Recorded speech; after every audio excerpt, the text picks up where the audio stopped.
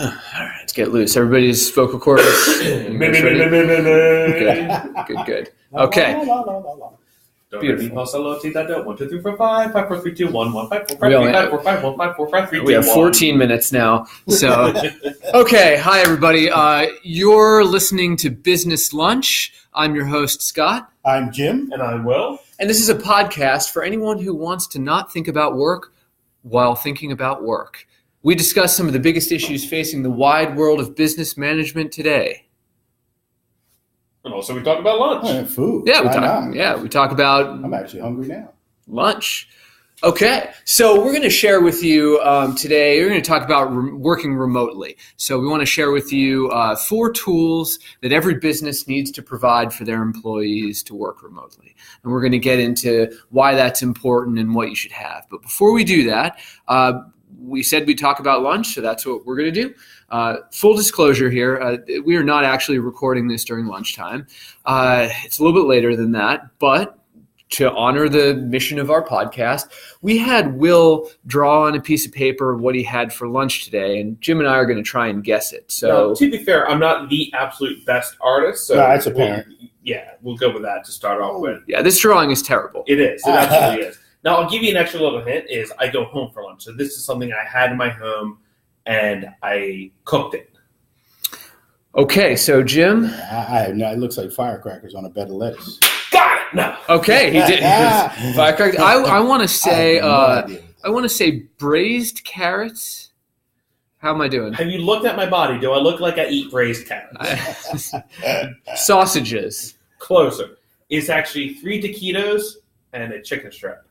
Okay, not bad. Okay. Well, now that you mention it, that chicken strip has seen better days. It absolutely has. Yeah. You microwave that, I can tell. Look at that. Okay, so that's so we're gonna talk about that was our lunch portion. There's lunch. Tastes better than a lunch.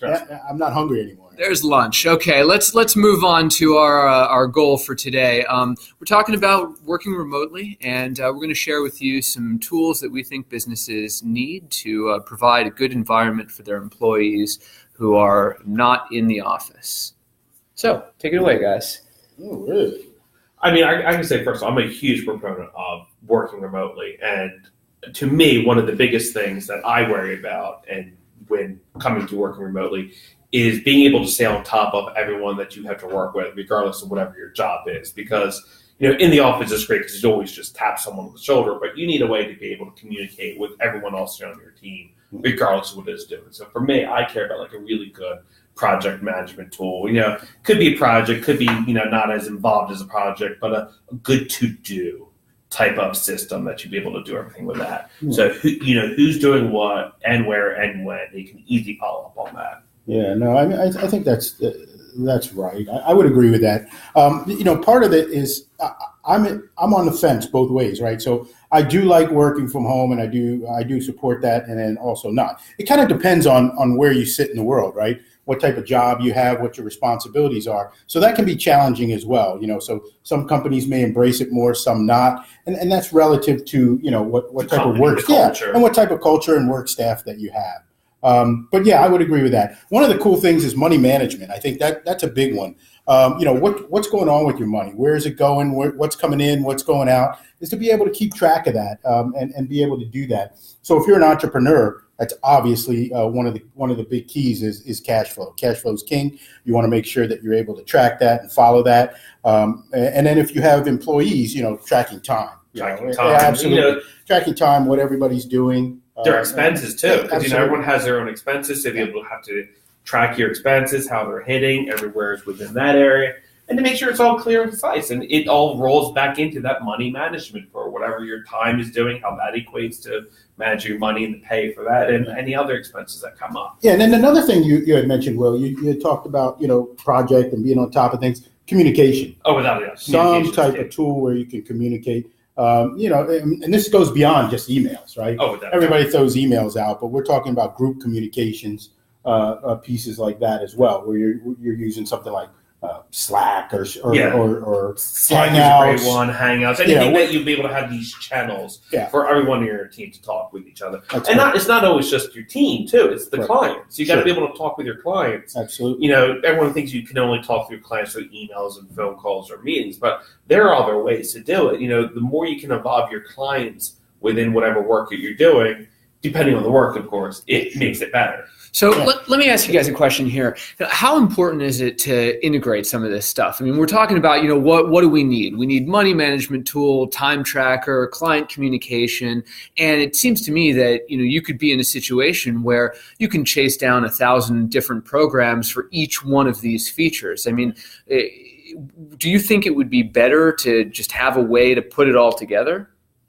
The alternative to that is, especially when you're talking about working remotely, in order to have the infrastructure set up for your employee to work remotely and to be able to access 4, 5, 6 different platforms, it's hard. It's difficult. They have to have all these different access. Sometimes you're having these applications that are based on a server, so you have to have this infrastructure set up to have these servers for people to remote access into, and then they have to then do a secondary connection over there. And as you're trying to do your work and to do what you need to do to succeed, bad connections, you drop, and that makes working remotely not possible, or at least not functionally possible. And so by having everything in one place, that cuts down on all the different connections you need. So it makes your job as a remote employee or even an in-person employee just that much easier because it's easier to access and everything is right there for you. Yeah, and I think one of the big keys to that is having good analytics out of what you have as well. You want to be able to make good decisions, whether you're the CEO, president of your company, or just the project manager of a particular project. You want to make sure you're getting good metrics out of that. And the only way you're really going to do that is to have something that's totally integrated. You want your projects integrated with your accounting piece, which would be nice. You can tell project profitability out of that. So those are real keys to helping you be on time and obviously on budget. I mean, that's a biggie, especially for, small businesses that are starting out is, you want to watch the cash flow and the time you're spending on projects. And, oh, by the way, if you haven't kind of budgeted this project properly, at least you're going to know next time. And you can make those adjustments going forward. So I think that's one of the hardest things to do is tracking time that was spent on a project, especially for your multitasking. It's one of the hardest things to do. And, tracking the time is based off of hours. And, that's one type of data. But then you also go, well, okay, he spent this many hours, but how much does that person make? And then that also shows the expense off of that person. And when you're tracking the costs, there's not many things out there. Yeah, I like that. I like that. And you're talking about a skill level too, and knowing your skill set, right? So a high level senior guy, you can't compare it to another guy. So you got to kind of make sure you're balancing that across too when you're doing your your analysis of it. But surely these 4 tools that we talked about today surely would be a great start, and assuming they're integrated would be even a better start. Oh, without a doubt. It's interesting. I think we often think about working remotely on an individual level, right? We think of one person, at home by themselves, but this is really a company-wide effort. It's something that every business who offers remote work needs to be able to have and think about for everybody involved, not just for the employee, but for the management as well. Yeah, I think so. I think that takes a commitment from the organization. Assuming let's step away and say this isn't an entrepreneurial thing, you're working for a particular organization. That's a commitment from the organization to say, yes, we embrace working remotely, and we're going to support it, and we're going to provide the tools necessary to make that happen. And so, especially when you think about it, not every company needs to. This doesn't always apply to the companies that have a "I work remotely all the time" policy. Life happens, I believe. Things come up. You have children that are sick. You yourself are sick. You want to be able to still participate and be effective in your job when things happen to you.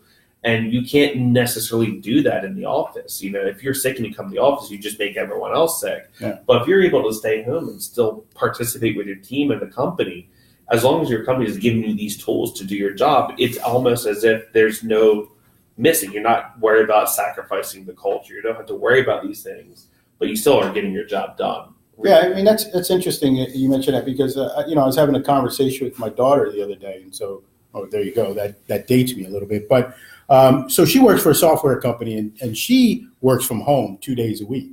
That's just what they want. That's part of their policy. And so I talked to her a little bit about how she does that, and they provided all the tools. So what we're talking about today, they have a full stack of tools that they use, and they are integrated in their particular case. And she enjoys working from home. Obviously, that's a great benefit. But so that's interesting. The hybrid model as opposed to full time from home seems to be fairly popular these days. Yeah, it's definitely popular. You take a look at, you got plenty of companies that are trying to adopt this fully remote policy, and that's great if that's your culture. But, there is so much to be said about people that are working in person. And the great thing about this whole concept is if you have great tools for working remote, a lot of times those tools will carry over for working in person too. A fully integrated system that has those tools are great in person and remotely as well too. Great point. All right. Well, let's sum it up. Let's give our top 4 here. 4 remote working tools every business needs. Number 1, good money management tool. Absolutely. Money management's number 1. Number 2, time tracker. Tracking time. And number 3 deals with communications related to your clients, related to anything else that will be internally. And that blends into number 4, which is project management. That's correct. Having all your communications with you on hand at all times. It's just blends everything together. Great. I'm sure we could probably talk about working remotely for how many more days can we do this for? We just left this microphone on. Yeah, we can go and go, but we'll end our first episode here. We thank you for listening, and we hope you'll tune in again when we tackle another issue during lunchtime. Maybe actually we'll eat Have next some time. food, hopefully. Yeah. Not just unfortunate drawings. I'd like to get some. Well, it's the drawing is unfortunate. Yeah, the lunch maybe That fortunate. chicken finger's a little bit looking like a dried up seal. I just lost my hand. It's really scary. Yeah. So thanks, guys. We hope you'll listen to us next time. Please subscribe to our YouTube channel at Business by Miles, and we'll see you next time. You guys want to say goodbye? Yeah, goodbye, everyone. Thank you for listening. Yeah, Jim. Bye. Okay, great. On that note, see you later.